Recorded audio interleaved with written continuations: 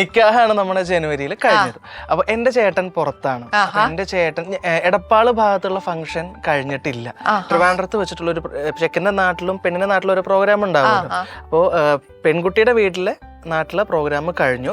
പിന്നെ നിക്കാഹായിരുന്നു. അതൊരു എൻഗേജ്മെന്റിന്റെ പകരം നമ്മൾ നിക്കാഹാക്കി. ഇനി എന്റെ നാട്ടിലെ എന്റെ നാട്ടുകാരെയും വീട്ടുകാരെയും കുടുംബക്കാരെയൊക്കെ വിളിച്ചിട്ടുള്ള ഒരു ഒന്നുകൂടെ കല്യാണം. അത് നിക്കാഹില് ജസ്റ്റ് റിസപ്ഷൻ ആണ്. അത് കഴിഞ്ഞ് അവരുടെ വീട്ടിലേക്ക് നാട്ടിലേക്ക് തന്നെ കൊണ്ടുപോകത്തുള്ളൂ. നിങ്ങൾ തമ്മിൽ എവിടെ കണ്ടുമുട്ടിയേ? ഇങ്ങറ്റോ അങ്ങറ്റോ ഒക്കെ കിടക്കുന്ന ആൾക്കാര്? അതെ അതെ അതെ അതെ അതെ അതെ അതെ എങ്ങനെയാണെന്നാണ് ഞാനും ചോദിച്ചത്. ഞങ്ങളുടെ ഒരു കോമൺ ഫ്രണ്ട്, എൻ്റെ ഏറ്റവും അടുത്ത സുഹൃത്താണ്. അപ്പോൾ അവളുടെ പേര് ആതിര മാധവ് എന്നാണ്. അപ്പോൾ ആതിര അമീൻ്റെ കൂടെ സീരിയൽ വർക്ക് ചെയ്തു. അപ്പൊ അവൾക്ക് തോന്നി ഒന്ന് മാച്ച് മേക്ക് ചെയ്താലോ എന്ന്. പുള്ളിക്കാരത്തി കൊള്ളാലോ.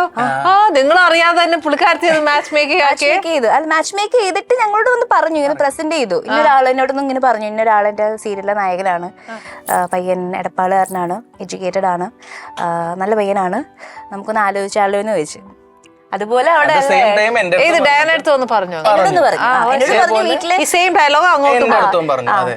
വീട്ടിലും അവളിനെ പ്രസന്റ് ചെയ്തത്. വീട്ടിലും അമ്മയും അപ്പയ്ക്കും അവരോടും പറഞ്ഞു. വീട്ടുകാർക്കും ഒക്കെ എങ്ങനെയെങ്കിലും കല്യാണം നടക്കാനുള്ള ഞങ്ങൾക്കും കുഴപ്പമില്ല, വീട്ടുകാർക്കും കുഴപ്പമില്ല. അപ്പൊ ഇത് ലവ് മാരേജ് ആണെന്ന് പറയാനൊക്കെ